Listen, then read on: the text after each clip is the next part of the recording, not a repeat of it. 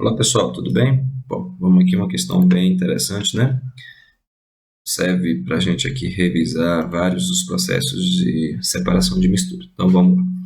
Acerca das separações de mistura, analise as afirmativas a seguir. Bom, mistura entre sólido e líquido ou sólido e gás, onde são retidas as partículas sólidas. O que o examinador deseja aqui da gente é identificar quais são os processos de separação de misturas utilizados, né?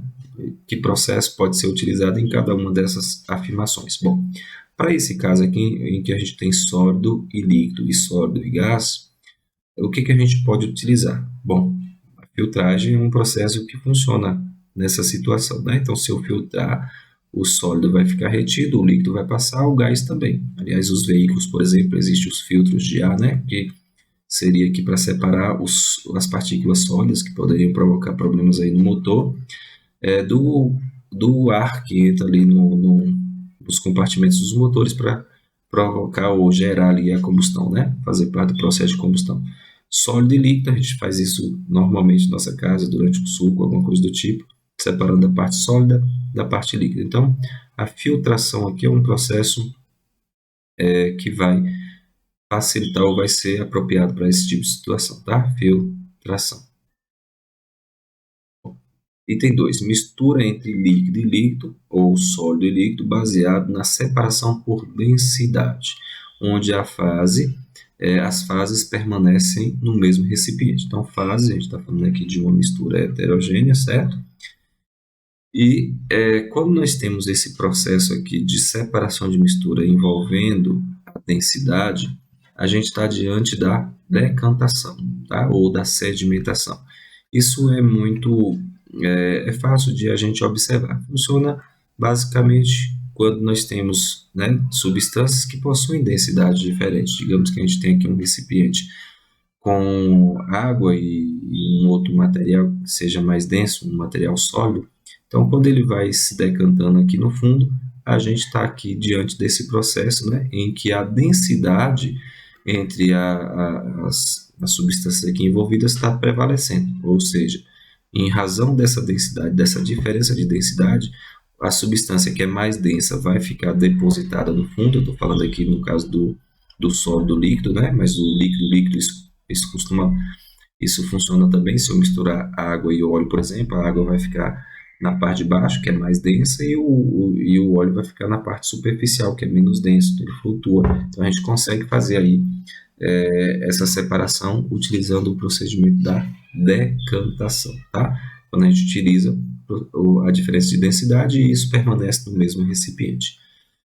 Por que estou falando do recipiente? Porque o item 3 fala traz a mesma abordagem, mas fala de você transferir para um recipiente diferente, tá bom? Então diz o seguinte, ó, mistura entre líquido e líquido ou sólido líquido baseado na separação por densidade também, e que um recipiente fique em posição mais elevada do que o outro recipiente, para o qual é transferida uma das fases. Então, basicamente, o problema está dizendo é o seguinte: a gente tem um recipiente, né? Esse recipiente aqui tem a nossa mistura e ao ser, né, decantado, ou seja, por conta isso pode ser, estou usando aqui sólido, isso pode ser líquido e líquido. Então, essa substância decantou. Vamos imaginar que seja ali uma terra com areia, e a areia é mais densa, com o tempo ela vai decantando. Aí você vai e extrai essa água, esse líquido que estava ali no recipiente, no primeiro recipiente, para um segundo recipiente, fazendo um processo que a gente chama de sifonação, né? Você usa um instrumento chamado sifão, um tubo que acaba drenando a água do recipiente em que a gente já tem ali a separação de fases para esse. Então aqui a gente fica só com a água. No recipiente original a gente fica só com o sólido decantado. Então esse processo é o de sifonação, tá? E por fim, o item 4 diz o seguinte: mistura entre sólidos baseado na densidade, utilizando corrente, né, água corrente para carregar sólidos de baixa densidade, enquanto os mais densos permanecem depositados no fundo do recipiente. Bom, isso aqui é o exemplo mais claro que nós temos, é o processo de garimpagem, né? Utilizada muito aí nas minas.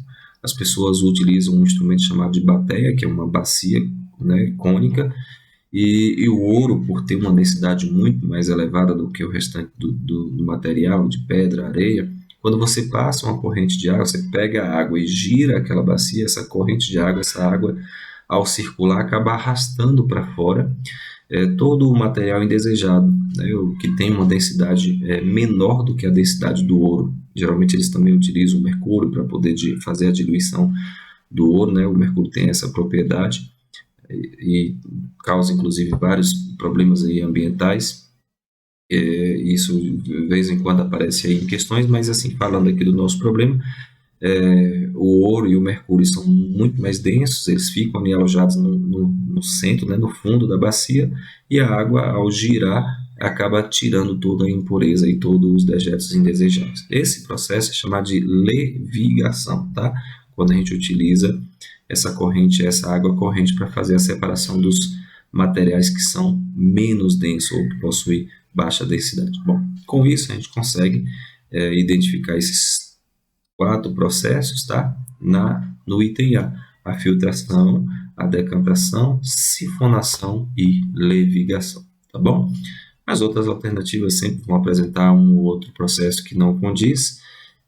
Esse termo aqui, a tamização, é pouco usual, significa peneirar, é o equivalente à peneiração. O examinador, inclusive, acabou grafando aqui errado, seria com S, mas olhando aqui as outras alternativas, sempre você vai perceber que um ou outro processo não está adequado para uma das alternativas, tá ok? Então, questão correta aí, item A.